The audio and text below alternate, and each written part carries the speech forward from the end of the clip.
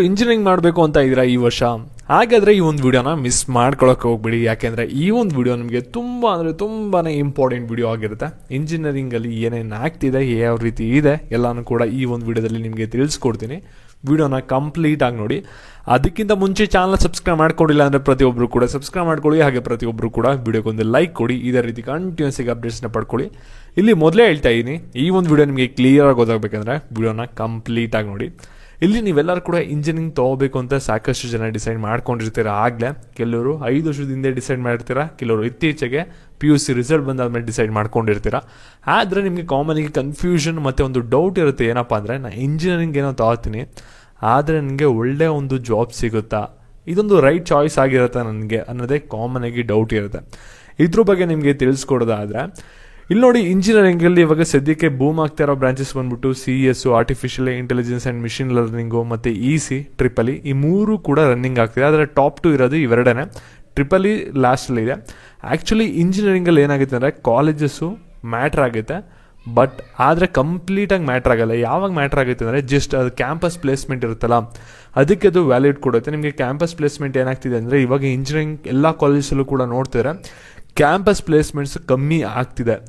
ಇನ್ನು bottom mid colleges ಅಂತ ಏನು ಕರಿತೀವಿ, ಅಲ್ಲಿ ಕ್ಯಾಂಪಸ್ ಪ್ಲೇಸ್ಮೆಂಟ್ಗಳೇ ಬರ್ತಾ ಇಲ್ಲ.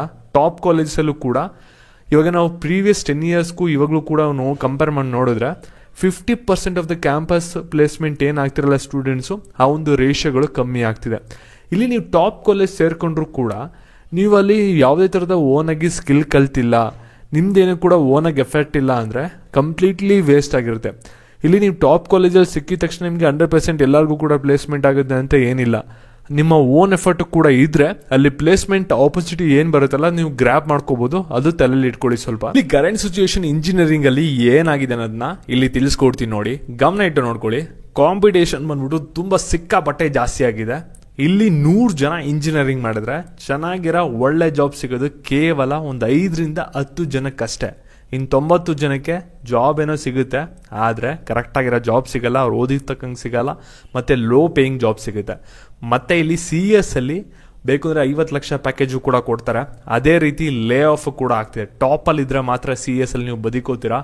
ಮಧ್ಯದಲ್ಲಿ ಲಾಸ್ಟ್ ಬೆಂಚ್ ಸ್ಟೂಡೆಂಟ್ಸ್ ಆಗಿದ್ರೆ ನಿಮಗೆ ಯಾವುದೇ ಥರದ ಜಾಬ್ ಸಿಗಲ್ಲ, ಲೇ ಆಫ್ ಆಗ್ತಿದೆ. ಕ್ವಾಲಿಟಿ ಆಫ್ ಸ್ಟೂಡೆಂಟ್ಸ್ ಮಾತ್ರ ಉಳ್ಕೋತಾರೆ. ಮತ್ತು ಜಾಬ್ಸ್ ಆಪರ್ಚುನಿಟಿ ಕೂಡ ತುಂಬಾ ಅಂದರೆ ತುಂಬ ಕಮ್ಮಿ ಆಗ್ತಿದೆ. ಮತ್ತು ನೀವು ಕಾಲೇಜಲ್ಲಿ ಲಕ್ಷ ಕಟ್ಬಿಟ್ಟು ಹೋದ್ರೂ ಕೂಡ ಕಂಪ್ಲೀಟ್ಲಿ ವೇಸ್ಟ್ ಅಂತಲೇ ಹೇಳ್ಬೋದು. ಯಾಕೆಂದರೆ ನಿಮಗೆ ಯಾವುದೇ ಥರದ ಸ್ಕಿಲ್ ಗೊತ್ತಿಲ್ಲ ಅಂದರೆ. ಇಲ್ಲಿ ಸ್ಕಿಲ್ ಅನ್ನೋದೇ ಇಂಜಿನಿಯರಿಂಗಲ್ಲಿ ಮ್ಯಾಟ್ರ್ ಆಗೋದು. ಕಾಲೇಜ್ ಡಿಗ್ರಿ ಯಾವುದೇ ಕಾರಣಕ್ಕೂ ಕೂಡ ಸಾಕಾಗಲ್ಲ ನಿಮಗೆ. ಅಲ್ಲಿ ಇಂಟರ್ವ್ಯೂನ ಕ್ರ್ಯಾಕ್ ಮಾಡೋಕ್ಕಾಗಲ್ಲ ನಿಮ್ಗೆ ಬರೀ ಕಾಲೇಜ್ ಡಿಗ್ರಿ ಇಟ್ಕೊಂಡು, ಅದು ನೆನ್ಪಿಟ್ಕೊಳ್ಳಿ. ಮತ್ತು ಇಲ್ಲಿ ಸ್ಕಿಲ್ಸು ಜಾಸ್ತಿ ಕೇಳ್ತಾ ಇದ್ದಾರೆ.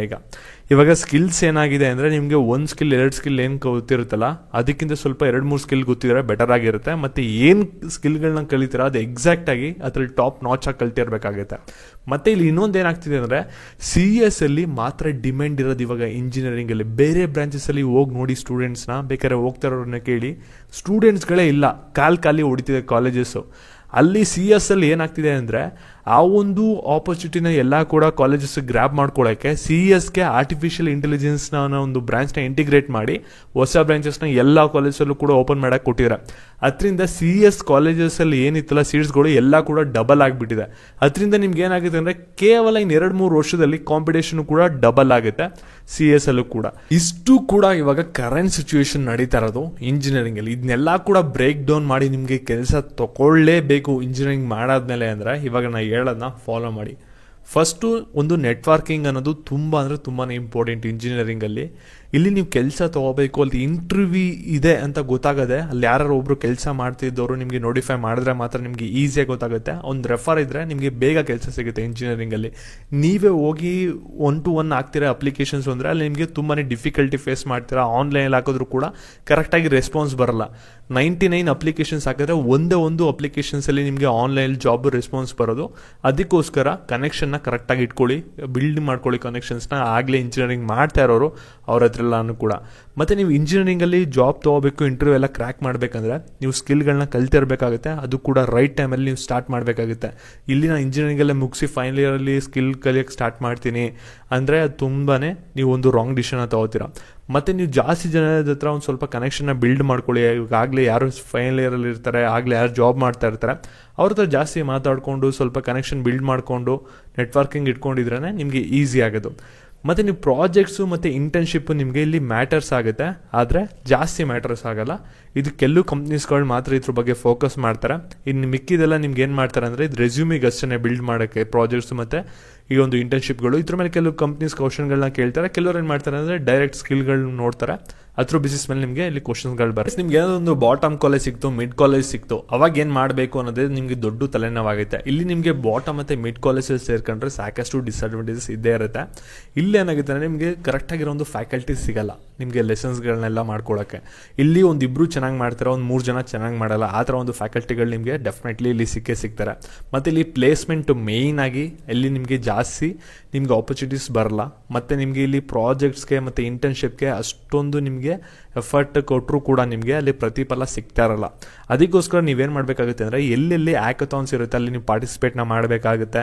ಮತ್ತು ಪ್ರೈವೇಟಾಗಿ ಎಲ್ಲಿ ಕಾಂಪಿಟೇಷನ್ ನಡೆಸ್ತಾ ಇರ್ತಾರೆ ಅಲ್ಲಿ ಹೋಗಿ ನೀವು ಏನಾದರೂ ಒಂದು ಪಾರ್ಟಿಸಿಪೇಟ್ನ ಮಾಡಿದ್ರೆ ನಿಮಗೆ ನಾಲೆಡ್ಜ್ ಎಲ್ಲ ಕೂಡ ಗೈನ್ ಆಗ್ತಾ ಇರುತ್ತೆ. ಮತ್ತು ಅಲ್ಲೂ ಕೂಡ ನಿಮಗೆ ಸ್ವಲ್ಪ ಕನೆಕ್ಷನ್ ಕೂಡ ಬಿಲ್ಡ್ ಆಗುತ್ತೆ. ಬೇರೆ ಕಾಲೇಜಸ್ ಎಲ್ಲ ಕೂಡ ಬಂದಿರ್ತಾರೆ, ಅವ್ರಿಂದ ನಿಮಗೆ ಸ್ವಲ್ಪ ಕನೆಕ್ಷನ್ ಕೂಡ ಸಿಗುತ್ತೆ. ನೆಕ್ಸ್ಟ್ ನೀವು ಏನು ಮಾಡಬೇಕಾಗುತ್ತೆ ಅಂದರೆ ಜಾಬ್ ಎಲ್ಲ ಅಪ್ಲೈ ಮಾಡೋಕ್ಕೆ ಎಲ್ಲಿ ಓಪನ್ ಪೂಲ್ ಡ್ರೈವ್ ನಡೀತಾ ಇರುತ್ತಲ್ಲ ಅಲ್ಲೆಲ್ಲ ಹೋಗಿ ಕೂಡ ನೀವು ಅಪ್ಲೈ ಮಾಡಬೇಕಾಗುತ್ತೆ. ಮತ್ತು ನೀವು ಕನೆಕ್ಷನ್ಸ್ ಎಲ್ಲ ಕರೆಕ್ಟಾಗಿ ಬಿಲ್ಡ್ ಮಾಡ್ಕೊಂಡಿದ್ರೆ ಮತ್ತು ನೀವು ರೈಟ್ ಸ್ಕಿಲ್ಸ್ಗಳನ್ನ ಕಲ್ತ್ಕೊಂಡಿದ್ರೆ ರೈಟ್ ಟೈಮಲ್ಲಿ ನೀವು ಏನು ಸ್ಕಿಲ್ ಕಲಿಬೇಕು ಅನ್ನೋದು ನಿಮ್ಮ ಕೋರ್ಸ್ಗಳ ಮೇಲೆ ಡಿಪೆಂಡ್ ಆಗುತ್ತೆ. ಕಂಪ್ಯೂಟರ್ ಸೈನ್ಸ್ ನೀವೇನಾದರೂ ಕಲಿತಾ ಇದ್ದೀರಾ ಅಂದರೆ, ಕೋರ್ಸ್ ತೊಗೊಂಡಿದ್ದೀರಾ ಅಂದರೆ CSS, HTML, Java full stack ಅಂತ ಬರುತ್ತೆ, ಆ ರೀತಿ ಕೋರ್ಸ್ಗಳನ್ನ ಕಲಿಬೇಕಾಗುತ್ತೆ. ಮತ್ತು ಇಲ್ಲಿ EEE ಅವ್ರಿಗೆ ಕೂಡ ಸಾಕಷ್ಟು ಸರ್ಕ್ಯೂಟ್ ಬೋರ್ಡ್ ಡಿಸೈನ್ ಅಂತ ಕೋರ್ಸ್ಗಳು ಕೂಡ ಬರುತ್ತೆ. ಮತ್ತು ಸಿವಿಲ್ಲು, ಮೆಕ್ಯಾನಿಕಲ್ ಆದರೆ ಬೇರೆ ರೀತಿ ಕೋರ್ಸ್ಗಳನ್ನ ಕಲಿಬೇಕಾಗುತ್ತೆ, ಕ್ಯಾಡು ಅದೆಲ್ಲ ಕೂಡ ಇರುತ್ತೆ.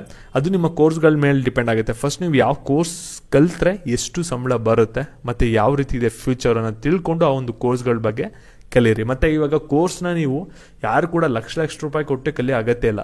ಎಲ್ಲ ಕೋರ್ಸು ಕೂಡ ನಿಮಗೆ 15,000 20,000 ಒಳಗಡೆ ಸಿಗುತ್ತೆ.